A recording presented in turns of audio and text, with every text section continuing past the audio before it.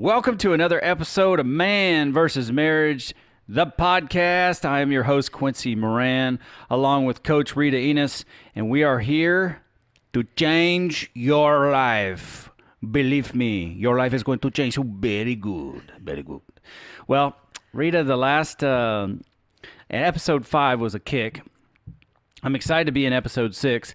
One of the top reasons that I'm excited is because my lovely wife is in the studio. Yay! Little shout out to Jeannie. Yes. You're fun to look at, woman. So yeah, episode 6. I'm stuttering. I'm talking over myself because it's the V word. That could go a bunch of different ways. I'll just go ahead and say it. It's vulnerability, okay? Vulnerability. Like the 4-letter cuss word. The 4-letter cuss word for dudes. Being vulnerable is just most of the time, Rita, kind of not acceptable. Very true. And I don't know if it's the sports in me or if it's like a hardwired DNA man thing. But when I got started, if I thought asking questions was difficult, vulnerability was like, being vulnerable is just something that's not, it's not something we do. I mean, you're really talking about a guy putting himself out there. So, right. You know, what I'd like to do is maybe see could you share with us like woman's perspective, if you will, and if the opportunity arises, maybe we can bring Jeannie on and absolutely, she could talk a little bit about it, and then I'll kind of get into, if you like, guy's perspective. And I'm not saying I talk for the entire male biology on the planet. Yeah, we need to put a disclaimer on that because we're not stereotyping or you know, saying all men are like this, because that's not true.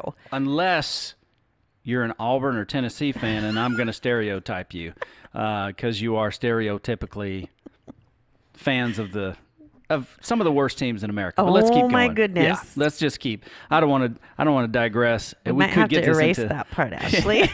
Let's please, for the sake of me, keep it in there and get a big Roll Tide. So, Rita, we'll turn it over to you now, and I'll try not to interject because I need to listen and learn here. Okay. So, okay. Vulnerability. It is true. This is probably one of the hardest thing to practice. It is probably one of the most important subjects to discuss. And it's very hard to practice when you're hurt, because the last thing you're going to do is open yourself up to someone who has hurt you, to be vulnerable, to have them come in and crush you again. So when you're being vulnerable, it's having the courage to truly be yourself, to express your thoughts and your feelings. That's not always easy, like I said, when you're in that state of being hurt. And it's having the ability, when someone is vulnerable, that you make sure that you're a soft place to land. And I know Jeannie's in here with us, and I know she will convey that's something that I would constantly remind her, that when Quincy is open and honest and vulnerable, and you know this is a very difficult thing for him to be talking to you about, whatever subject it may be, and he's truly opening his heart up, you better protect that. You as a woman, you better take it for everything that it is, cherish it, hold it dear, because if you don't, they will shut down and shut you out faster than what you can even think or even imagine. Because like what you said, Quincy, it is very hard for men to be vulnerable. Like you said before in another episode, you know, men are just taught that they're not supposed to associate with feelings, because then that's a sign of weakness. And I think sometimes men look at vulnerability as a sign of weakness, when that's all your wife is wanting you to be, is to open your heart to me and trust me. Like, put your heart there out on the table and trust me with it. And it's not always the easiest thing to do. Many times that when I'm coaching couples in my office, men feel that if I am honest, like if I'm putting everything out on the table and I am honest, it's going to come back and bite me. Yeah. You know, but it's something that has to be learned, and it has to be taught, and it has to be explained to men that women really do want you, or women really do want to be part of that with you. And sometimes women don't always have the finesse, per se. That's a great way to put it. To express that, because when you have a man in front of you who's being vulnerable, a lot of times women don't know what to do with that. They don't know, because it's sometimes such an awkward place to be in your relationship. Is that, and let me ask you, let me just pick your brain so we can do some real-time coaching here. Because I think of the reasons for me that being vulnerable is kind of a scary thing. But yeah. Is that because, why don't women know what to do with a guy who's being vulnerable? Is that because it's just so out of the norm? I mean, it's not. I mean, we do what we see in our parents' relationships, you know. But why is that? Why don't women understand men and vulnerability? That's a really good question. I think because sometimes we as women have this expectation of our husbands that they're strong. They don't, they're the ones that carry the load. They're the ones that just pretty much keep their thoughts to themselves. It's what it is that we see as a husband. What is it that my mom and dad personally, like what is it that my parents showed me vulnerability? So I, like, again, I don't want to stereotype and say all women do this. But whatever has been taught to your wife and how it is that they receive vulnerability. Like, it was a really hard thing in our relationship with my husband to be vulnerable because he wasn't taught how to be vulnerable. He was taught how to be strong. Yeah. So, and in my parents' relationship, my dad was the strong one.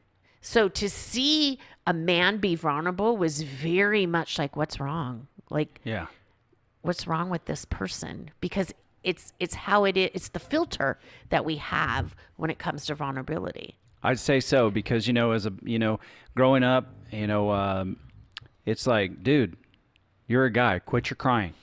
Quit your crying. Get up, man up, and make it happen. And I have to agree with you. I just want to see what your thoughts were because it is, Bill is like man's man. He is a man's man. He's a man's man. I'm less of the prototypical man's man because I'm more of a ball of joy in the moment, although I'm very intense. So maybe you might think it'd be easier for me to be vulnerable, but it's not. Right. Because I can't, as a dude, I can't show weakness because weakness is devoured. It will devour you.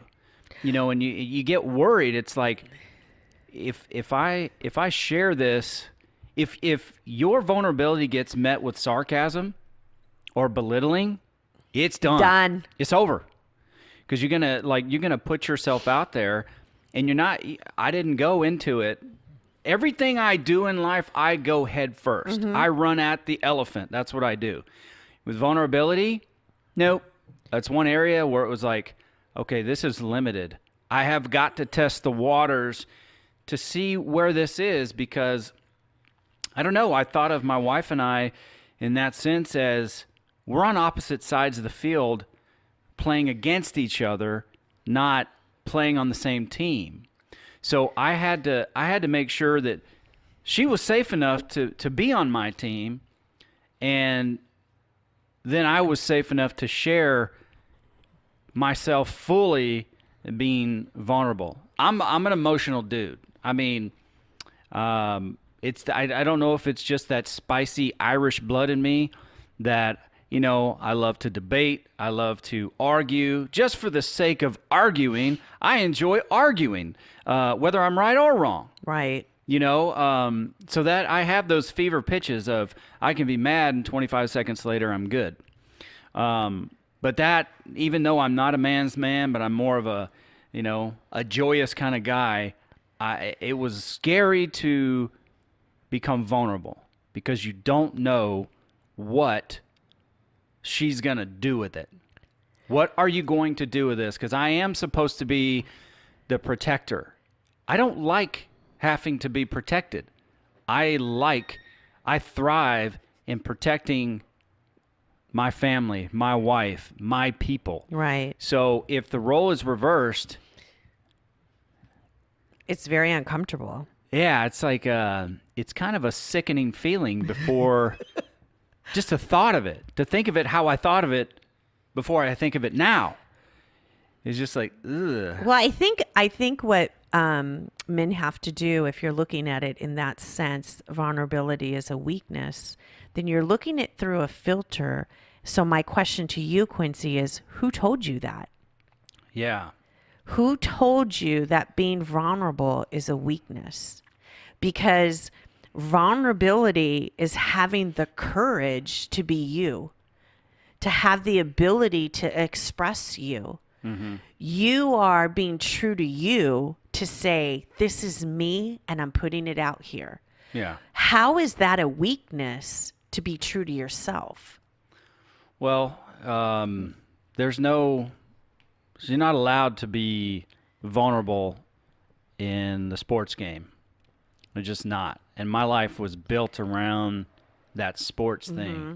So on the baseball field, on the football field, wrestling, if you're vulnerable, you lose.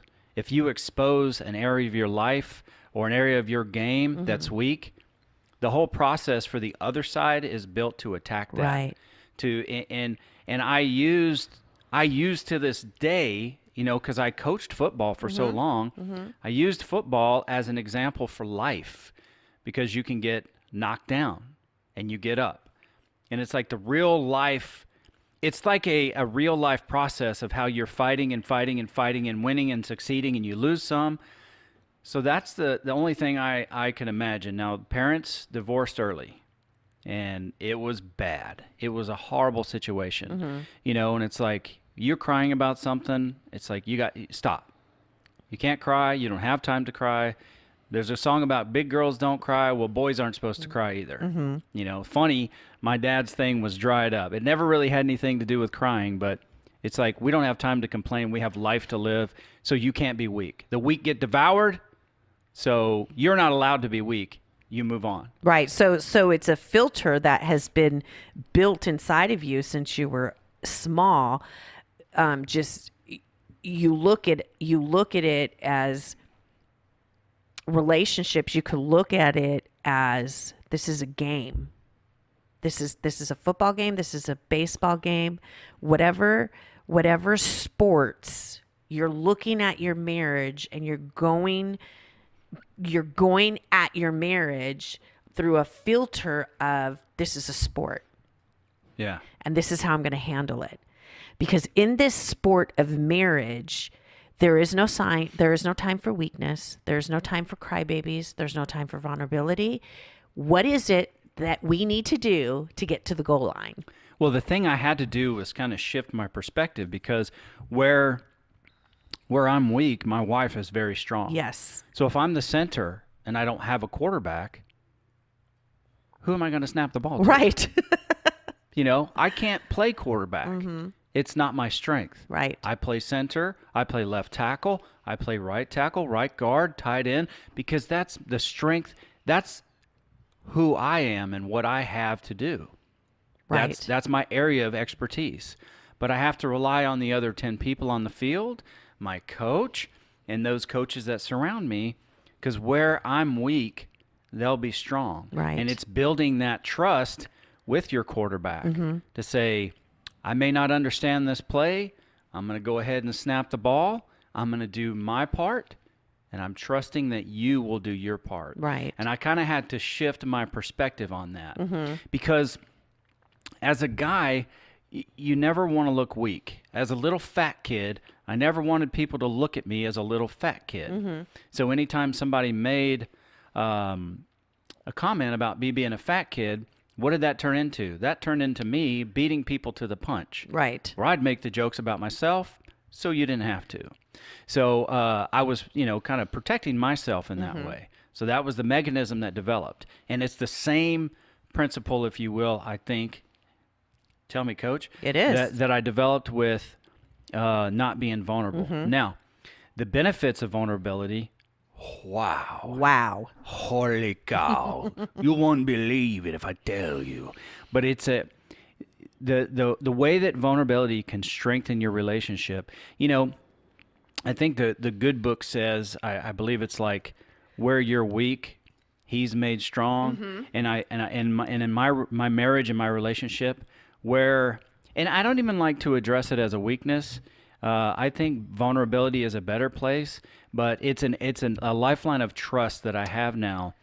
That my wife, we cultivated this, we created this place where it's safe for me to say, I'm worried, or I don't know the answer, or I'm afraid of something. And to have her come alongside me to say, look, I believe in you. Or it's going to be okay. Yeah, it's going to be okay. Or I trust you. What that does is that doesn't make you weak. It actually transforms you into a stronger person. Because I can't speak for other marriages, but when my wife, when she believes in me, she has confidence in me, you better watch the hell out, because I'm coming at whatever the situation is. And that's the beauty of vulnerability for me, whether it's in our sex life, or it's in parenting, or it's in our finances, or whatever the case is having the freedom to be me and to say, I'm not sure about this, or just to be safe to pour my heart out to her and to know that she protects that and that she'll fight for me. Right. She'll fight on behalf of me for that, to ensure that it's protected. And she's not going to use sarcasm to belittle me in a fight, to use that against me, to shut me down. Because like I said before, you're going to get a chance at this vulnerability thing. And once I put it out there, if you take advantage of it, it's a steel door. Yes. There's no handle on the outside. It's closed. And we're not going there again. Or it'll take a whole lot of healing to go back there. Because we just don't like to open. If we open ourselves up in front of our friends, they'll knock our weenie in the dirt. I mean, that's the way it is. Okay, that's a man saying, but that's the way it is. Right. So the most sacred relationship I have on this earth is with my wife. Exactly. And being safe to be vulnerable in front of her has made me such a stronger man. In the way it makes me want to protect her more. It causes me to love her and to trust her more. Right. And we're not even through all the benefits. I haven't even began to discover the long game on the benefits, if you will. The short game, it's been great. It was scary. It was scary. Right. Not knowing how it was going to turn out. Right. But learning that I could trust her, game changer for me. I think too, and Jeannie, if you want to come up, you can. I think that what men need to understand is vulnerability is such an intimate place to be. It really is. And as a woman, when you as a man are opening yourself up to let us in that place, it is such an intimate place to be. It's not I think sometimes men look at it, like I said, like a negative, they have a filter when it comes to vulnerability. And if you could look at it as a part of intimacy that you're having with your wife, you're connecting on such a deep level And when you're connecting on that deep level, on an emotional level, because that's where you're connecting, your wife will do anything for you. Jeannie's shaking her head, yes. That is the benefit when you're connecting on that level of vulnerability and you've opened yourself up and you shared a part of you. You've let me into you, to the depth of you. It's so intimate.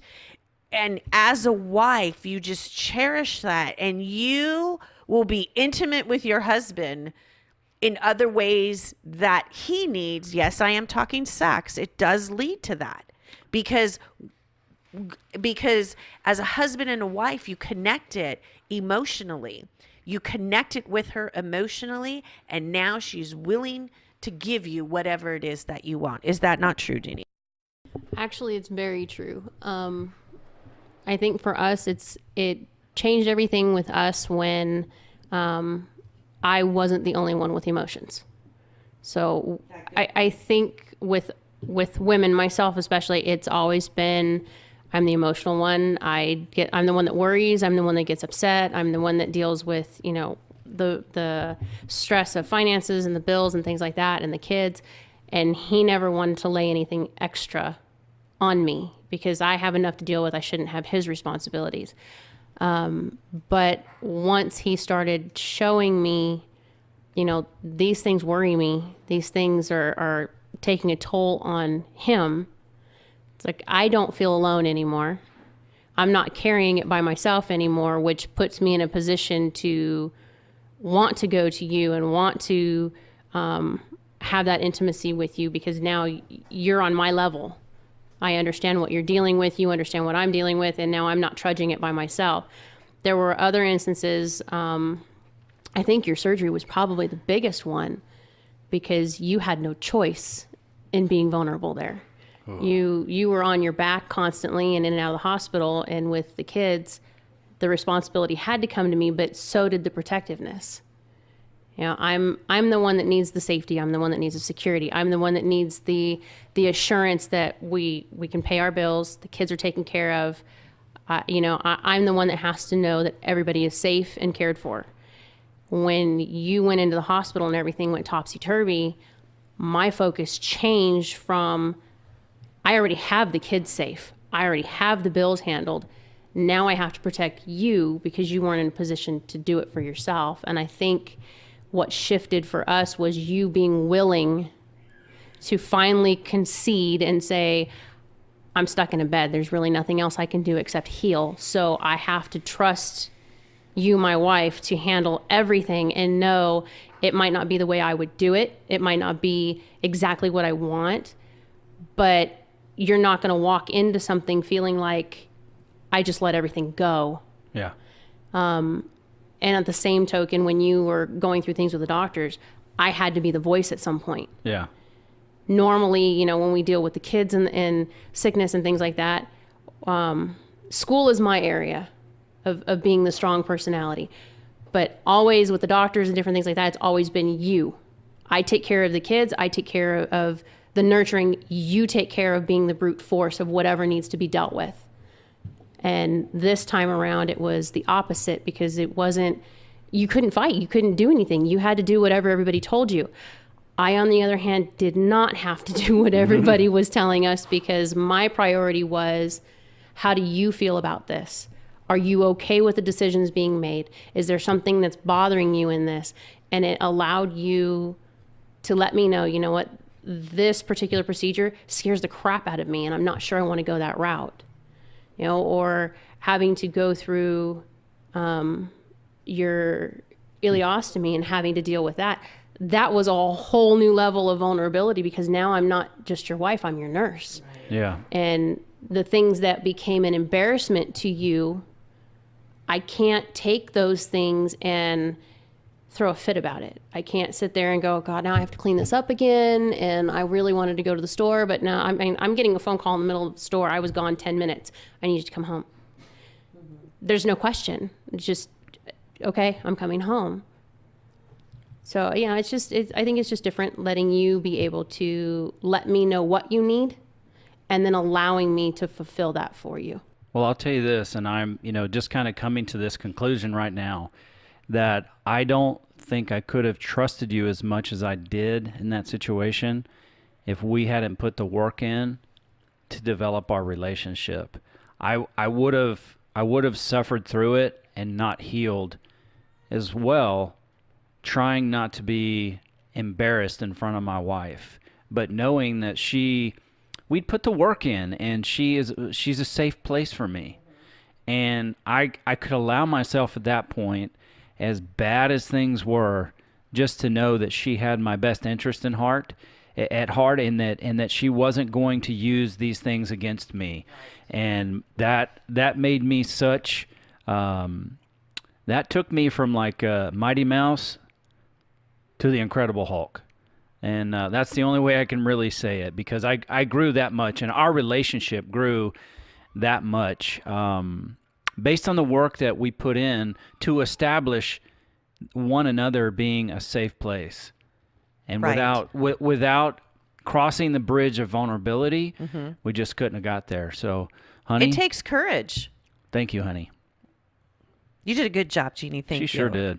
Thank you for that. Because it does take courage to be vulnerable. And I just want to encourage the men out there to take a chance. Your wife might surprise you. You've just maybe never given her the opportunity to show her that she can be trusted to that level. Yeah. You have to start somewhere. So I just want to encourage you listeners out there to be courageous in this. I know it is hard, like what we said, vulnerability is not an easy thing, but I want to have you ask yourself that question after listening to this episode is, what is the filter that you've had on vulnerability, and why is it that you see it a weakness, and who told you that?